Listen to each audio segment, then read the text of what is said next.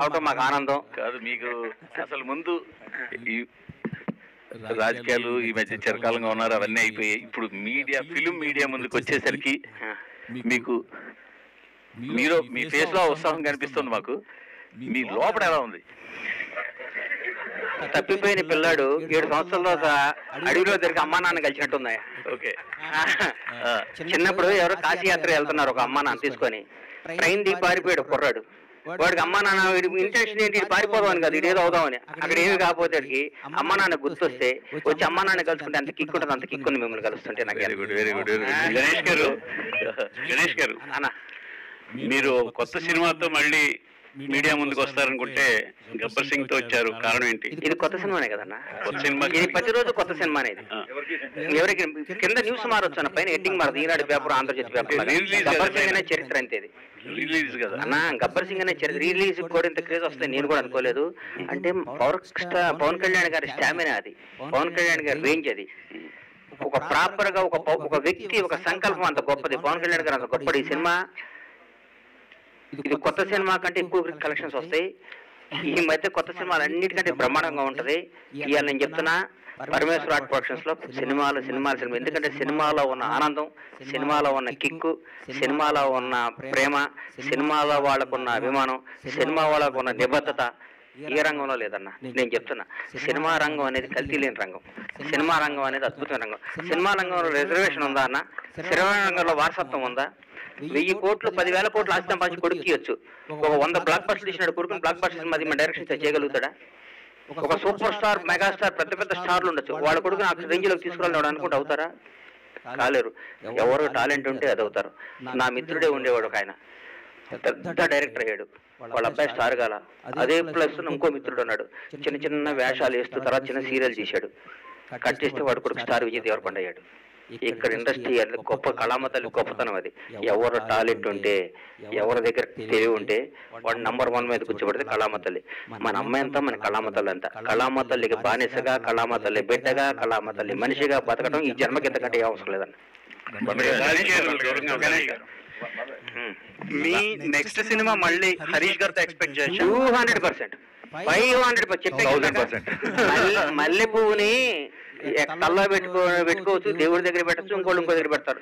Director అనే గబ్బర్ సింగ్ స్థాయి cinema తీపదన్న పేరు పంటల గణేష్ కదా హరీష్ శంకర్. హరీష్ గారు, మీరు తీసిన సినిమాల్లో గబ్బర్ సింగ్ కి చాలా స్పెషల్ ప్లేస్ ఉంది. పవన్ గారితో మీ సినిమా కోసం చాలా మంది వెయిట్ చేస్తున్నారు. ఆల్రెడీ ఉస్తాద్ భగత్ సింగ్ టీజర్ అనేది చాలా మంది కిక్ ఇచ్చింది ఫ్యాన్స్ కి. ఇప్పుడు మీ నెక్స్ట్ సినిమా అదే ఇమీడియట్ గా సెట్స్ మీదకి వెళ్ళబోతుందా? మొన్ననే కళ్యాణ్ గారిని కలిసామండి. మీకు ఆల్రెడీ మిగతా సినిమాల స్కెడ్యూల్స్ కూడా వస్తున్నాయి కదా. కళ్యాణ్ గారు మళ్ళీ హైదరాబాద్, మళ్ళీ ఓజీ, అలాగే ఉస్తాద్ భగత్ సింగ్ 3 రెజ్యూమ్ చేస్తున్నారు. సో నాకు తెలిసి ఇమీడియట్ గా షూటింగ్ అదే ఉంటుండొచ్చు. డేట్స్ కన్ఫర్మ్ అయిన తర్వాత నేను మీడియాతో షేర్ చేసుకుంటాను. రీసెంట్ గా మీరు చిరంజీవి గారితో ఒక యాడ్ డైరెక్ట్ చేశారు, మళ్ళీ చిరంజీవి గారితో సినిమా ఏమన్నా అప్పుడు డిస్కషన్ జరిగిందా? ఖచ్చితంగా. చిరంజీవి గారు ఎప్పుడు కలిసినా, నేను ఆయన ఎప్పుడు కలిసినా ఫస్ట్ నేను మాట్లాడేది, సార్ మన కాంబినేషన్ సినిమా అలా ఉండాలి, ఇలా ఉండాలి, ఏం ఆడుకుంటాం. మన యాడ్ కూడా చాలా ఎంటర్టైనింగ్ గా వచ్చిన యాడ్, ఆయనకి బాగా నచ్చింది. డబ్బింగ్ చెప్తున్నప్పుడు చాలా అప్రిషియేట్ చేశారు. సో నేను నేచర్ లా అని నమ్ముతానండి. మనకి నేను చెప్పే కదా, మిరపకాయ సక్సెస్ తర్వాత నేను వేరే ప్రొడ్యూసర్ దగ్గరికి వెళ్తుంటే కళ్యాణ్ గారి నుంచి కాల్ వచ్చి గబ్బర్ సింగ్. సో నేను గబ్బర్ సింగ్ తీసాను అనుకోను, గబ్బర్ సింగ్ సినిమా నన్ను చూస్ చేసుకుంది అనుకుంటా. నేచర్ కాల్ అది, ప్రకృతి సహజంగా వచ్చిన ఒక decision, universe call actually. So అందుకు నేను చిరంజీవి గారితో కూడా యూనివర్స్ ఆ కాల్ తీసుకున్నప్పుడు I think it will happen అండి. నేను కూడా వెయిటింగ్ అండి.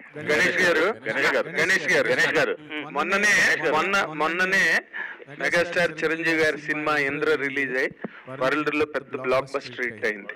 ఇప్పుడు మళ్ళీ ఇమీడియట్ గా పవన్ కళ్యాణ్ గారు గబ్బర్ సింగ్ మళ్ళీ it is going to rewrite another history.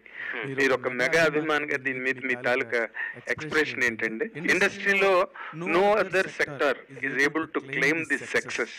వాళ్ళకి మాత్రమే వస్తున్న ఈ పరంపర మీద.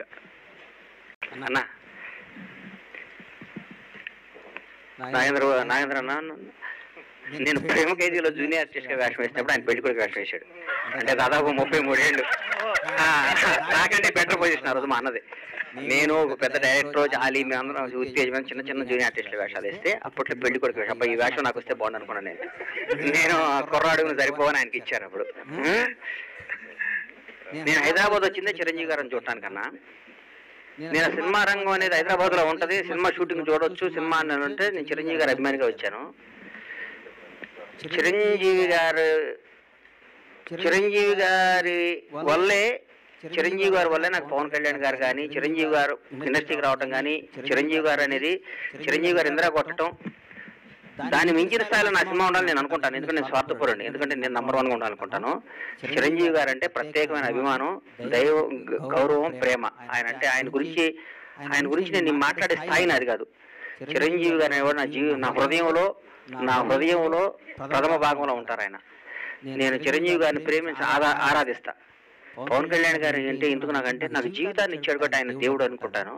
పవన్ కళ్యాణ్ చిరంజీవి గారిని చిన్నప్పుడు స్కూల్కి వెళ్ళేటప్పటి నుంచి చిరంజీవి గారు చూసి పెరిగినాడు కాబట్టి చిరంజీవి గారు ఎప్పుడు బాగుండాలి, ఇంకా బ్లాక్ బస్టర్ తీయాలి.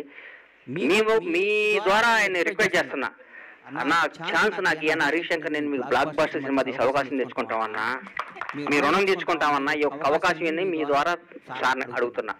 చిరంజీవి గారు సార్ మా ఇద్దరు కాంబినేషన్ మాకు అవకాశం ఇవ్వండి. మీరు ఎందరికో అవకాశం ఇచ్చారు, మీరు ఎందరికో జీవితాలు ఇచ్చారు. మీ పేరు చెప్పుకొని ఎంతో స్థాయిలో ఉన్నారు. ఒక్క అవకాశం, 70 రోజుల అవకాశం మాకు ఇయ్యనని జీవితంలో చరిత్రలో ఉండిపోయి సినిమా తీసిస్తానని అడుగుతాను. ఇప్పుడు మీరు అడిగిన ప్రశ్న ఒకసారి చిరంజీవి గారు నన్ను అడిగారు. Sorry to interrupt your question. నువ్వు నవ్వుతున్నావు, సరదాగా చెప్పు, నువ్వు కళ్యాణ్ గారి పైన నా పైన కరెక్ట్ చెప్పు అన్నారు. అంటే నేను అన్నాను, లక్ష్మణుడికి దండం పెట్టినవాడు రాముడి భక్తుడు కాకుండా పోతాడా అని చెప్పాను. గణేష్ గారు